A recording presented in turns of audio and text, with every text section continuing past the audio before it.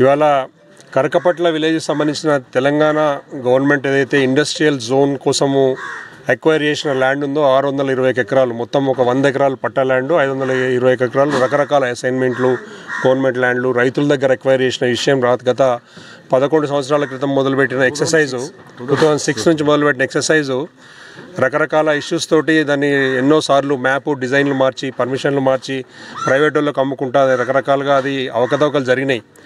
Villagers అందరూ చాలా ఓపికతోటి ఉన్నారు. ఒకటే ఒక చిన్న ఇష్యూ ఏంటంటే గ్రామస్తులందరూ కులదైవంగా నమ్మే అమ్మవారి ఆలయం అక్కడ ఉంది, పోచమ్మన మత్తడి మైసమ్మ. ఎందుకంటే మత్తడి మైసమ్మ ఎందుకంటే అక్కడి నుంచి ఆ చెరువులకు పోయే కాలువ గుడి ముందు నుంచే పోతుంది. బాగా అందరికి నమ్మకం, చాలా శక్తివంతుడైన అమ్మవారి ఆలయం అది.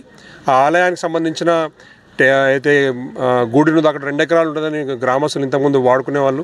మొత్తం ఈ 621 ఎకరాల్లో ఈ 2 ఎకరాల విషయంలో టీజేఏసీ వాళ్ళు గ్రామస్తుల కోరికను కాదని ప్రైవేట్ ఇండస్ట్రియలిస్ట్ కట్టబెడితే విలేజర్స్ అందరూ ఒకటే గొడవ చేసి ఇన్ని రోజుల నుంచి అక్కడ ఇష్యూస్ జరుగుతుంటే ఇవాళ స్థానికంగా ఉన్న ఎంఆర్ఓ ఆఫీస్లో కార్యాలయంలో పోలీస్ డిపార్ట్మెంట్ వాళ్ళు ఏసీపీ గారు, తర్వాత TJAC officials, zonal manager madam పేరు అనురాధ మేడం, తర్వాత ఐలాకి సంబంధించిన వాళ్ళు, కన్సర్న్ డిపార్ట్మెంట్ స్టేక్ హోల్డర్స్ అందరూ కూర్చొని ఇవాళ విలేజెస్ పెద్ద మనుషులందరూ ఇక్కడ మాజీ జెడ్పీటీసీ సత్యన్న గారు, తర్వాత మాజీ సర్పంచ్ సుగుణాకర్ రెడ్డి గారు, తర్వాత ఇక్కడ మా బీజేపీ మండలాధ్యక్షుడు రామరెడ్డి, వీళ్ళందరూ ఆధ్వర్యంలో కనకయ్య, వీళ్ళందరూ పెద్ద నాయకులు, ముఖ్యమైన నాయకులందరూ ఆధ్వర్యంలో ఇక్కడ చర్చలు జరిగినాయి.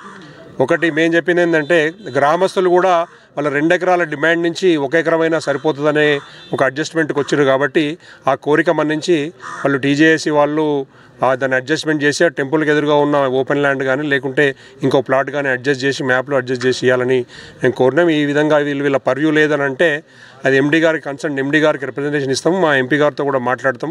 గవర్నమెంట్తో అవసరం అనుకుంటే ముఖ్యమంత్రితో కూడా దీనికి రిప్రజెంటేషన్ ఇచ్చి మాట్లాడి ఈ ప్రాబ్లం త్వరలో సాల్వ్ చేస్తామని డిస్కషన్ జరిగింది. కాబట్టి ఒకటి గ్రామస్తులందరికీ, కరకపట్ల గ్రామస్తులే కాదు, మర్కూక్ మండలంలో ఉన్న మిగతా గ్రామస్తులే కాదు, గజ్వేల్ నియోజకవర్గము, సిద్దిపేట జిల్లా చుట్టుపక్కల ఇంతవరకు ఇండస్ట్రియల్ జోన్ పేరుతో ఏదైతే అవకతవకలు జరిగి అన్యాయాలకు లోనై ప్రైవేట్ వాళ్ళు చాలామంది కూడా ఫేర్ కంపెన్సేషన్ రాలేదు.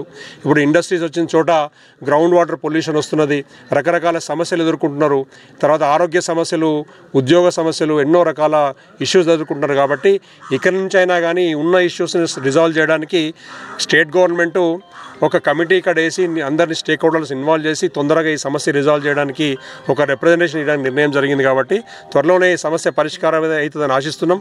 ఒకవేళ ఇండస్ట్రియల్ జోన్ వాళ్ళు కానీ స్టేట్ గవర్నమెంట్ కానీ